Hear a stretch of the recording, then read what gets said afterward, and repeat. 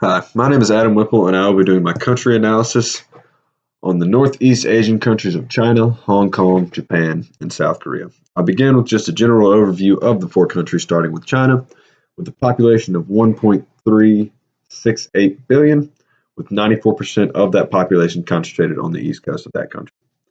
Trade with the United States totaled 737.1 billion in 2018, with exports rising to 179.3 billion and imports to 557.9 billion. The top two exports were cotton and tea, and the top two imports were fuel and iron ore. Just a side note on the history between China and the United States, it really started to surge in the 1970s, and it did reach its highest peak in 2018 with the 737.1 billion. Next, on to Hong Kong, they have a population of 7.44 million, and their average density is 6,300 people per square kilometer. Trade with the U.S. in 2018 totaled $43.8 billion, with exports rising to $6.3 billion and imports to $37.5 billion. The top exports in 2018 were gold and broadcasting equipment, and the top imports being integrated circuits and broadcasting equipment. The most recent development in history between the U.S. and Hong Kong was when the Civil Aviation Act was signed in October of 2002. This liberalized the aviation market in Hong Kong and allowed a couple of U.S. companies to move in and do business. Next will be Japan, with a population of 126.86 million.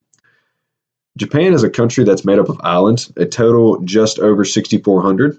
97% of Japan's population is actually concentrated on 4 of those main islands. Trade with the U.S. in 2018 totaled just over $300 billion, with exports reaching $120.4 billion and imports reaching $177.1 billion.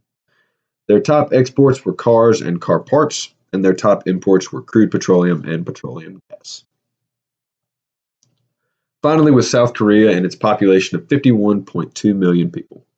South Korea is an extremely mountainous country, and it's stated that 92% of that population lives in the lowlands of the country.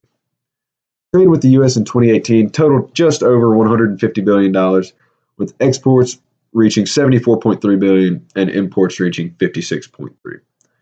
Now, you may have noticed that all of the exports and imports don't add up to the total trade with the U.S. That is leaving a little bit of room for a trade deficit that's involved with each of these countries.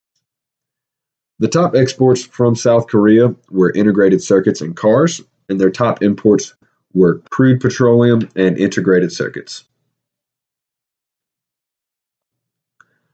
Next, on to the religion and language of these 4 countries. The religion is very similar throughout. While there are many tribal and kind of folk religions that are practiced throughout all 4 countries, they are extremely numerous and would take way too long to talk about. So the main 4 that are practiced throughout all 4 countries are Buddhism, Taoism, Chinese folk religion, and Confucianism.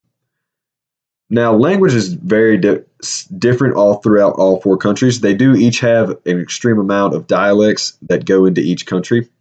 But China and Hong Kong both share Chinese and English as their main language. Japan has Japanese, and South Korea has Korean.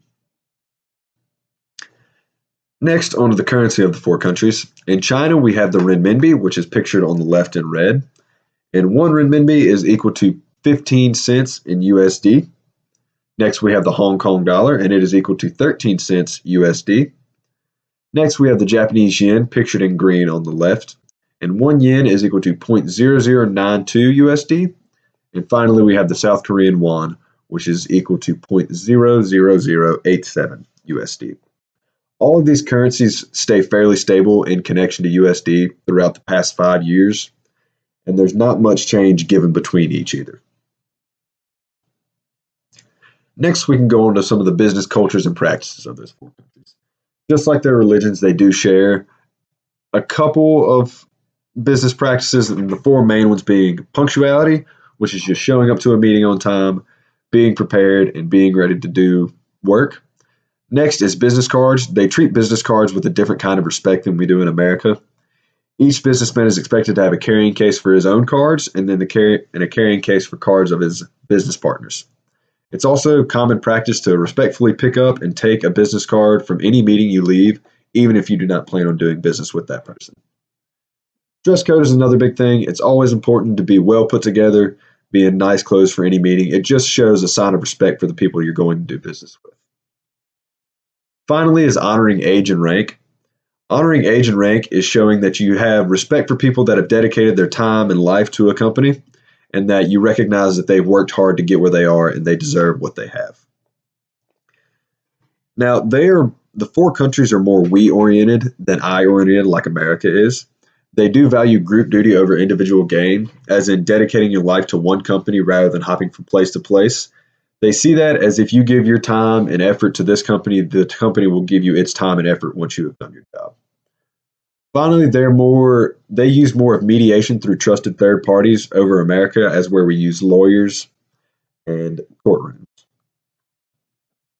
Next, on to the transportation systems of these countries. All four have highly advanced transportation systems, but the main one used in China and Hong Kong is the railway system. China has recently installed bullet trains, and they have recently been interconnected with Hong Kong through the railway system. All four of these countries also have a large focus on using trolleys and buses over personal cars due to a lack of space to store the cars, lack of overall income of the population, and pollution in this area. Air travel is also highly used in China and Japan due to the large expanse that both countries cover. Next, on just the political system and a little bit of economic info and background on each of the countries. China has been a communist government ever since 1949, but it's always had a strong military influence.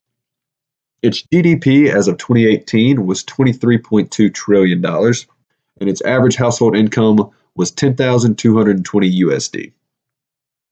Hong Kong has a quasi-constitutional control government. That means that it mainly has four branches or groups controlling what goes on. Its GDP in 2018 was $2.13 billion, and the average household income was $28,100. Next, on to South Korea.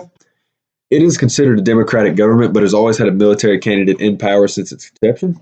The GDP in 2018 was $305 million, and the average household income was $21,882 USD. Japan is a constitutional monarchy, and its GDP in 2018 was $5.18 trillion, and its average household income was $44,639 USD. Next, on to the internet uses of the four countries. The statistics are shown on the screen, but they all have a very high percentage of usage throughout the country, and that's including mobile phones, laptops, internet cafes, just general usage of the internet for work and or personal reasons. And all of them have a high usage of people that purchase online rather than purchase in a store, except for South Korea, which drops to an astoundingly low 2.5% of the internet population purchasing online. Next, we'll just go into some major U.S. company presence in these four countries. The highest one being Walmart. Next behind that will be Exxon and Chevron, both being gas companies. Fourth will be Apple, as you know, is a tech company just producing phones, computers, headphones, watches, everything like that. And fifth is GM, which is General Motors. They do a lot of manufacturing in these four countries, so it's not a surprise that they have a large presence there. So finally, we'll just go into a general overall summary of these four countries. China has a large population and expanding middle class, so it's a pretty good place for a U.S. business to gain some foothold in the World Trade Organization. Next, Hong Kong. They have a consistent economic standing with a solid average household income. That means it can support more of the luxury items that some U.S. companies may want to offer rather than the necessities that are already offered. Japan has a large population with a high density of that population concentrated in small areas, so it's easier to reach more people when advertising in person.